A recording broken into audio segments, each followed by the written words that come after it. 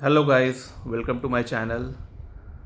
तो रिसेंटली मैं local train से ट्रैवल कर रहा था, अपने फ्रेंड से मिलने जा रहा था।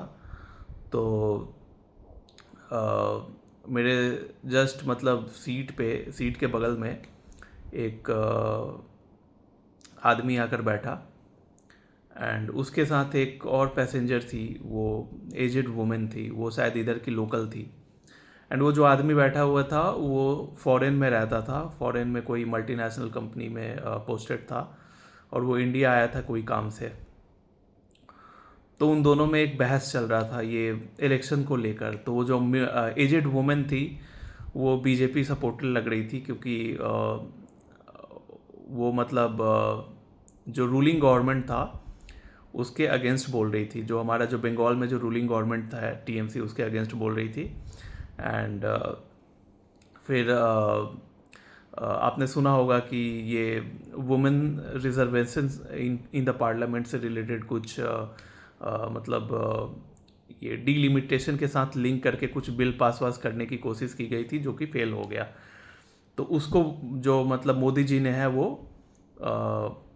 इस चीज़ को मतलब प्रमोट किया, ये कह कर कि अपोजिशन जो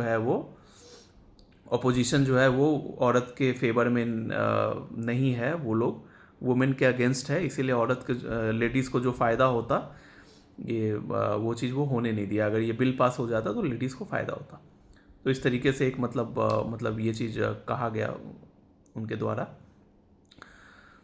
बट तो इन दोनों में बहस हो रहा था। तो ये जो बाहर से आया था फॉरेन से, तो ये कुछ मतलब उससे सहमत नहीं था, कुछ मतलब 100% सहमत नहीं था।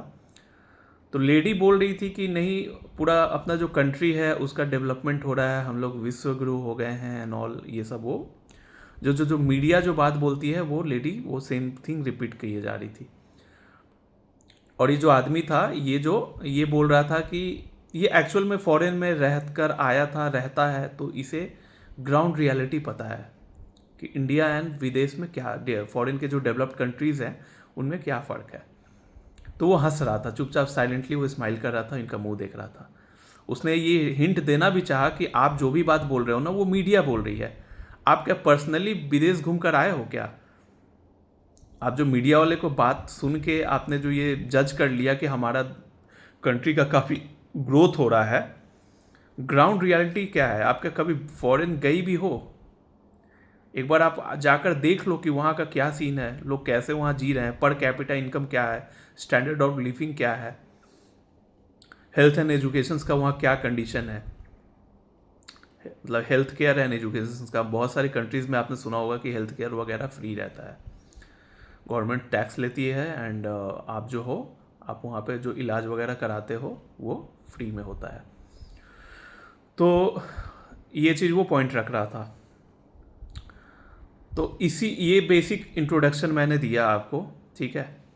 अब चलिए हम लोग डेटा पे बात करते हैं।